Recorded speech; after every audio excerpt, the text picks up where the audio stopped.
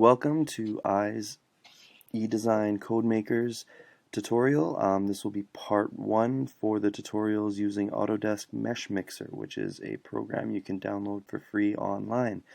The first thing we want to do is just show you kind of how to move around in the space and use some of the basic features.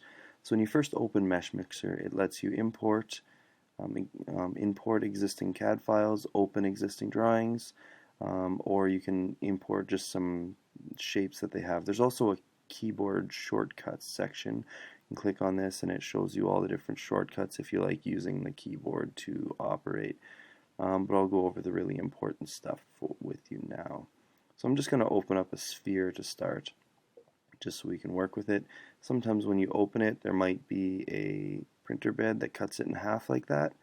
So if you want to get rid of that, you can go to View and then click that Show Printer Bed and it will go away so you can see the whole object.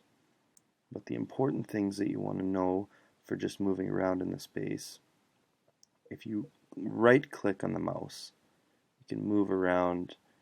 If you hold it down, you can move around. This is called the tumble. If you click on the wheel of the mouse, that's called the pan. You can click and drag it so you can move it around in your window, and if you scroll the wheel one direction, it will zoom out. Scroll the other direction, it will zoom in. So that's kind of the best way to manipulate the environment. And now Meshmixer is basically a way to model existing 3D parts that have already been created, and they have a lot of features that are already existing that you can bring in and play around with. The first thing I'm going to show you how to do, though, is just use some of the sculpting features. It's almost like working with a block of clay. So the first thing you can do is look at the brushes, and there's all these different things. There's drag and draw and flatten. So I'll just show you what some of them do. There's drag, and you can adjust the strength of the features and the size. So if you see how big this little ball is right now, you can make it bigger, you can make it smaller, and it'll adjust how much it changes. So if I wanted to just draw something right now, I can go like this, and it will just manipulate that. It's almost like grabbing a piece of clay and moving it around. That's the drag feature, sorry. There's also the draw feature. You can also change the shape here, so I'm going to pick more of a round shape. And for draw, you can do this, and you can see it just kind of makes a bit of a bump. If I go to the side, it just kind of makes a bump on it. I'm going to make it bigger, and you can see how it just kind of adds like a little hill to it. It's just like you're expanding the size of the ball a little bit. Some of the other features that it has are flatten. So I'm going to go over here again and do this, and it's just going to kind of flatten everything that it touches into kind of a nice flat shape. There's spikes. And the longer you hold it, you just click down on the spot. The longer you hold it, it just keeps growing towards where you're holding. You'll see that makes a big one there.